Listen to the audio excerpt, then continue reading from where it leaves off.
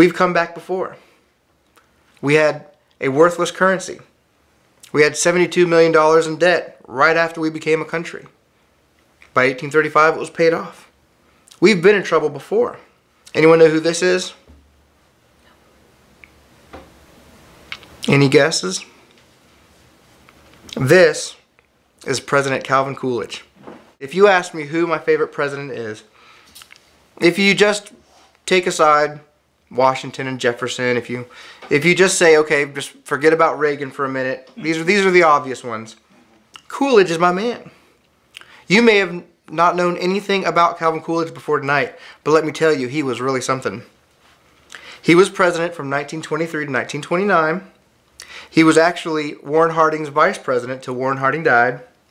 And in the middle of the night, up at his dad's home, up in Plymouth Notch, Vermont, his dad was actually a notary public. And so vice president became president after his father swore him in. Under candlelight, no less. He was so serious about the budget and getting our national finances under control that to set an example, when he became president, his wife was asking, honey, I don't know what kind of dress I'm going to wear. She was very concerned about what style she should have and how she should look. And Calvin Coolidge said, honey, don't worry about it. We're canceling the ball. So Calvin Coolidge, to show the country how serious he was, canceled the inaugural ball.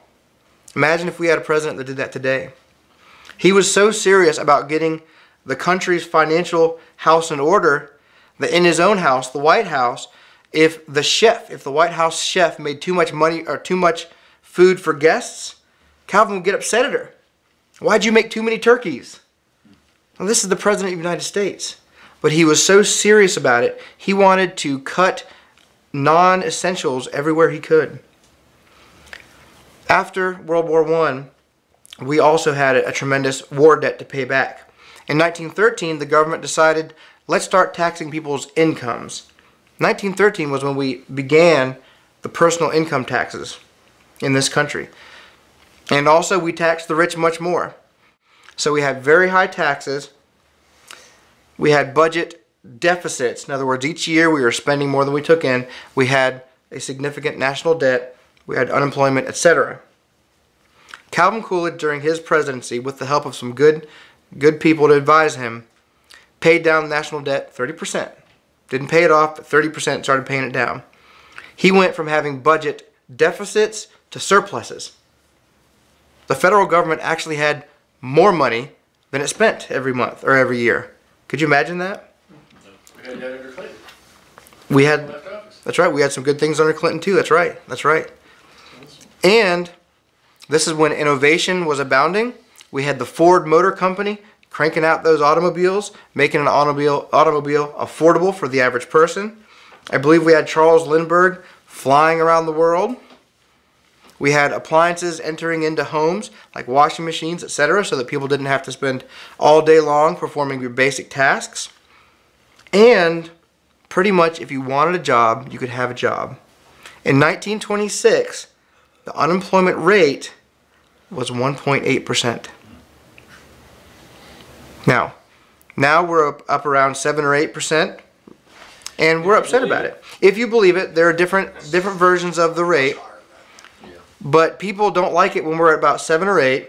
Most economists say you can never really get below about 4 or 5%, but Calvin Coolidge had a 1.8% unemployment rate. Now here's the thing. The principles are not complicated. Spend less than you take in. Pay down what you owe. Cut off waste. If you don't need it, don't buy it. These are very simple principles that will help us in personal finances, but will also help our government. They're not complicated. You just need good men and women to put them into practice. So we've been in a tough spot before, and we've gotten out of it before, and we can do it again.